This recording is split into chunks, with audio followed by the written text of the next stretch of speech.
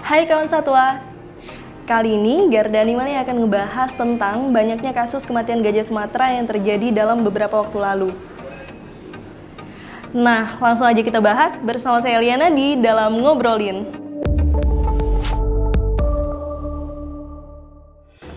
Setidaknya ada 7 kasus kematian gajah Sumatera yang terjadi dari Januari sampai Mei 2022. Mulai dugaan mati akibat perkelahian sesama gajah hingga yang mati lantaran infeksi dan kekurangan nutrisi.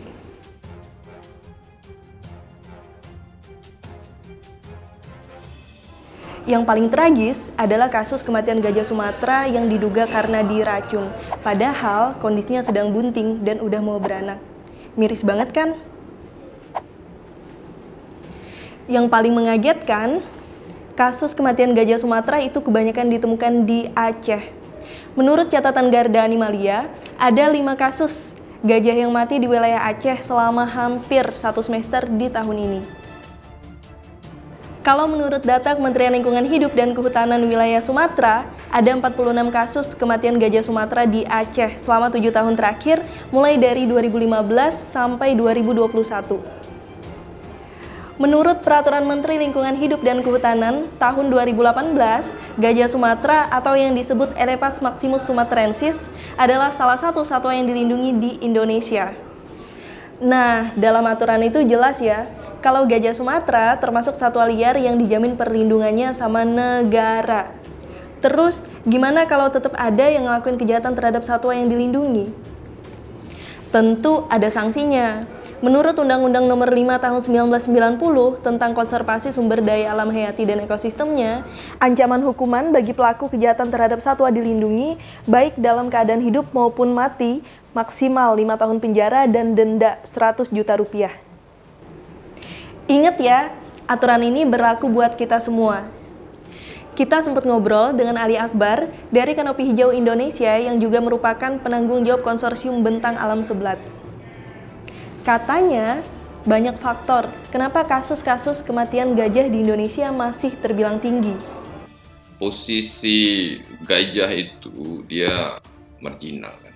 Jadi mereka itu di kawanan itu dibilang nggak diurus salah pula gitu kan. Tapi fakta di lapangannya gitu perebutan ruang itu menjadi penting.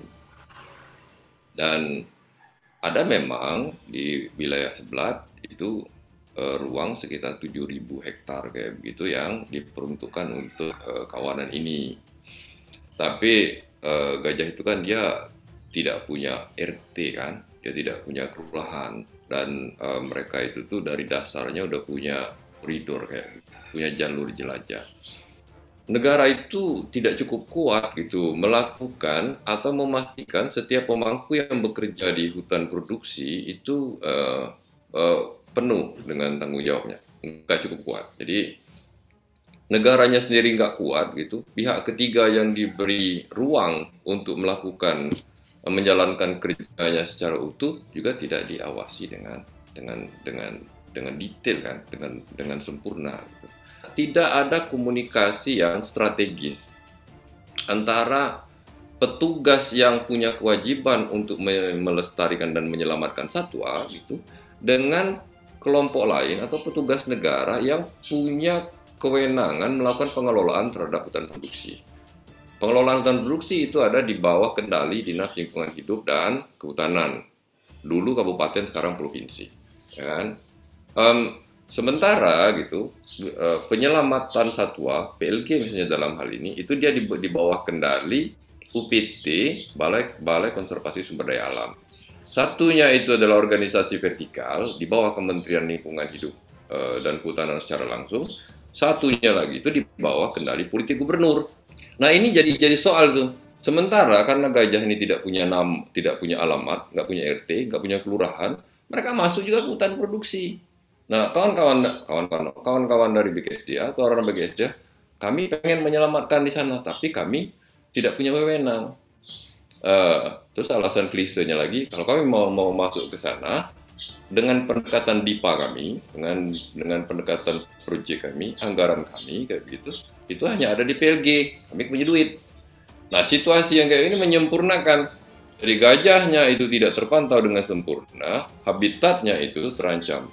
Jadi agak sempurna dia gitu kan, agak sempurna gitu untuk menuju proses kepunahan. Wah, ternyata permasalahannya kompleks banget ya kawan satwa. Mulai dari konflik antara satwa dan manusia, sampai pengawasan aturan yang kurang maksimal. Jadi di satu ruang, kelompok pengusaha, mereka beraktivitas di dalam, hanya berpikir kami cuma perlu kayunya, kami nggak urus yang lain, kan kayak gitu. Sementara dalam konteks bernegara itu, ketika mereka diberi ruang untuk melakukan eksploitasi, mereka juga punya tanggung jawab yang lain. Nah, itu tidak bekerja secara utuh. Pada tingkatan komunitas, itu, negara ini terlalu memberikan ruang mewah gitu kepada kelompok burjuasi, kelompok the have, kelompok kaya yang kita sebut sebagai pengusaha, terutama untuk penguasaan lahan. Dan itu kan terjadi mulai dari tahun 80-an. Saya kasih contoh misalnya, ada satu perusahaan besar, PT Agrumuko. PT Agrumuko itu tuh HGU-nya tuh sampai 28.000 hektar. Ya. Dan itu berbatasan langsung dengan hutan produksi. Hutan produksi Eriku 1, hutan produksi Eriku 2, gitu. Itu berbatasan hutan produksi. Di bawahnya lagi tuh ada Alno. Alno itu Anglo Eastern Plantation. Itu satu perusahaan yang dulu dia berbasis di Inggris, sekarang dia sudah berbasis di Kuala Lumpur, di Malaysia. Mereka punya kawasan luas sekali. Semuanya berbatasan tuh dengan hutan produksi. Nah, wilayah-wilayah yang dikuasai sama mereka ini membuat posisi rakyatnya terjepit. Jadi rakyat tuh udah nggak punya tanah lagi gitu kan. Sementara orang ini tumbuh. Jadi masyarakat makin sulit untuk bertani itu ternyata karena lahan-lahan udah banyak dikuasai sama kelompok-kelompok kaya. Lebih miris lagi, habitat gajah Sumatera juga makin terancam loh sama perebutan lahan dan pertambangan. Dampaknya apa gitu? Dampaknya mereka melihat hutan sebagai sasaran. Jadi ketika mereka sudah tidak punya tanah, sementara mereka itu adalah petani, berprinsip dan berkeinginan menjadi petani, ya begitu. Tanah sudah diberikan semua kepada pengusaha, perusahaan, kayak gitu kan. Orang nggak punya tanah, ya yang mereka lihat hutan. Dan itu yang menyebabkan hutan di bentang alam sebelah itu tertekan. Jadi dia pertama kali tertekan oleh ketidakmampuan negara menjalankan mekanisme yang utuh seperti yang saya katakan tadi. Yang kedua, dia tertekan akibat dari apa? Akibat dari petani yang tidak punya tanah. Sialnya lagi itu adalah wilayah bentang sebelah itu dia punya deposit batu bara namanya, ya kan? Jadi dia punya batu bara gitu. Lalu, gimana dengan nasib gajah Sumatera yang kini populasinya udah nggak banyak lagi? Jumlahnya itu di Sumatera itu sekitar 700-an ekor, ya. Dia memang ada batas bawah, ada batas atas kayak gitu ya. Tapi angkanya sekitar segitu. Sebarannya itu memang mulai dari Lampung. Ada sedikit gajah di Taman Nasional Bukit Barisan Selatan, mengarah ke Sumatera Selatan, dia punya juga di Bukit Harapan gitu kan. Jambi hampir tidak terdeteksi ya. Terus ada di wilayah Riau, Pekanbaru, daerah Tisunilo.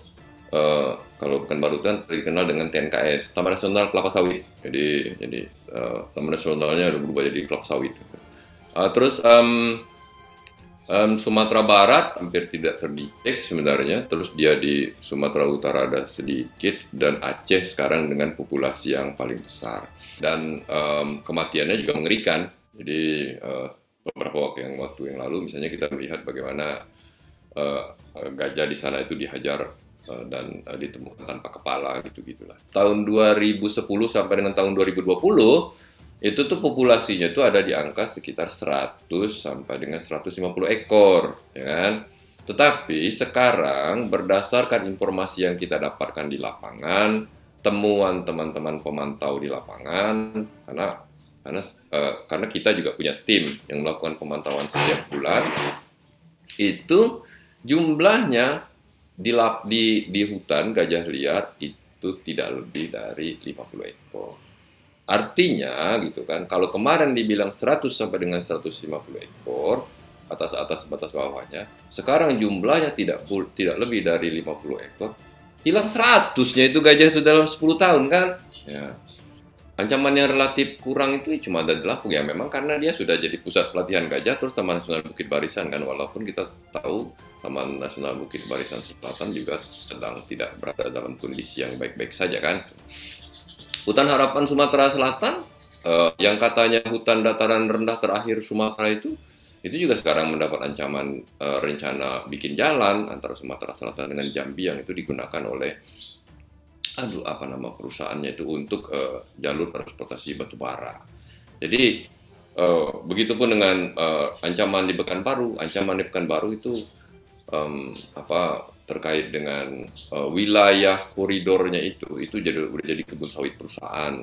Kami misalnya menemukan ada racun yang dipasang, digantung gitu, sabun yang diisi racun dibungkus plastik terus digantung-gantung. Dan itu bisa kita pastikan itu diperuntukkan untuk kawanan gajah. Dan di wilayah tersebut juga kami tahun 2020 kemarin menemukan 1 ekor gajah yang mati kan. Sialnya kita menemukannya sudah dalam keadaan tulang belulang. Ada satu juga yang nggak kalah menarik. Katanya ada stigma yang mengatakan bahwa gajah adalah hama. Pertama kali muncul kata stigma gajah itu bukan dari rakyat. Itu bukan dari petani. Ya. Itu pertama kali muncul itu dari perusahaan. Jadi tahun 2018 kita bikin satu agen pertemuan menghadirkan hampir semua pemangku gitu.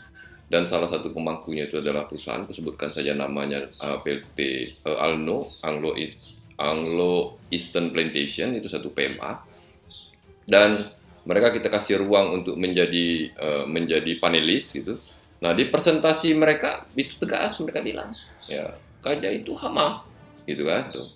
Itu tidak keluar dari mulutnya rakyat, mulutnya petani, tidak gitu. Enggak ada. Jadi petani misalnya yang bilang secara vulgar bahwasanya gajah itu tuh hama, enggak. Mereka bilang gajah ini mengganggu, ya, mengganggu kami gitu kan. Aku bilang kalian tuh sebenarnya udah saling ganggu, udah baku pukulnya kalian itu kan dan sialnya gajah kan tidak bisa pukul balik jadi kalian itu udah saling ganggu. Situasi yang terjadi itu adalah dengan kondisi yang kalian saling ganggu itu akan muncul korban gitu. Fakta yang mengagetkan banget ya. Tapi kenapa ya kok perusahaan bisa bilang gajah adalah hama? Perusahaan itu juga beraktivitas di daerah yang berbatasan langsung atau bahkan mungkin gitu ya. Di beberapa titik kita menemukan mereka juga masuk ya. Aku bilang misalnya dari Dharma Pratama itu masuk ke hutan air IPU 2 itu kita temukan itu lebih dari 371 hektar kebun sawit mereka. Habis diacak-acak tekan sana sini mereka bilang, wah minta maaf kami ternyata kelebihan lahan kok sampai hampir 400 hektar kan nggak masuk akal ya kan tuh. Alno juga begitu. Alno itu ketika dihitung-hitung ulang, ternyata mereka punya kelebihan 100 hektar di wilayah HPT Air Rami, ya kan? Terus ketika diribut-ributkan sama orang, dicincangnya batang sawitnya, kelebihan kok sampai 100 hektar, kan nggak masuk akal gitu. Kalau kelebihannya 2 meter, mungkin masih make sense gitu kan, karena ada deviasi, ada galat dalam penghitungan koordinat gitu-gitu. Oh, 100 hektar, itu masuk akal. Bilang sengaja marah pula nanti. Jadi nah situasinya begitu gitu. Nah, kita perlu tahu juga nih kawan satwa, kalau gajah itu punya peran yang penting banget loh. Mungkin sebagian dari kita juga nggak sadar kalau misal kita datang ke satu daerah di mana itu adalah habitat gajah Sumatera, bisa dipastiin kita bakal menemui banyak jenis tumbuhan di sana. Dikategorikan sebagai satwa payung, jadi atau umbrella species. Nah, ketika dia dikategorikan sebagai satwa payung, itu dia dengan pendekatan ekologi dia pasti punya, ya kan? Dia pasti punya dan itu penting. Yang paling penting sebenarnya adalah di dalam pendekatan vegetasi dia itu tuh meningkatkan keragaman vegetasi. Wilayah-wilayah hutan yang memiliki vegetasi yang beragam itu dia mempunyai keseimbangan unsur hara yang baik. Fungsi utama gajah itu dia melakukan proses penjarangan, gitu kan? Jadi terhadap vegetasi. Sehingga kita bisa lihat kalau di bentang sebelah Itu tuh keragaman vegetasi di mana gajahnya masih beredar, itu di wilayah jalurnya itu tuh berbeda dengan di wilayah yang sudah nggak ada gajahnya. Ya. Tingkat kesuburannya pun berbeda. Gitu. Oh iya, kawan satwa juga harus tahu kalau menghadirkan satu ekor gajah ke dunia ini nggak mudah loh. Gajah itu sulit ya, jadi artinya tuh butuh waktu hampir 2 tahun tuh hanya untuk bunting saja ya. Dan belum pernah ditemukan juga beranak kembar, ya kan? Kalau dia satu aja sulit, gitu kan? Nah, 23 bulan itu jadi hampir 2 tahun itu hanya untuk bunting. Gitu ya. Tuh kan, waktunya nggak sebentar, beranaknya juga satu. Jadi, kalau ancamannya sebesar tadi, otomatis upaya pelestarian yang dilakukan harus lebih kencang lagi. Nah, setelah mendengar obrolan dengan Ali Akbar barusan, gimana? Makin tahu kan apa yang harus dilakukan? Share di kolom komentar ya. Jangan lupa subscribe YouTube Garda Animalia dan follow semua akun media sosialnya, biar kamu terus dapat update dan makin tahu tentang isu-isu satwa liar. Salam lestari!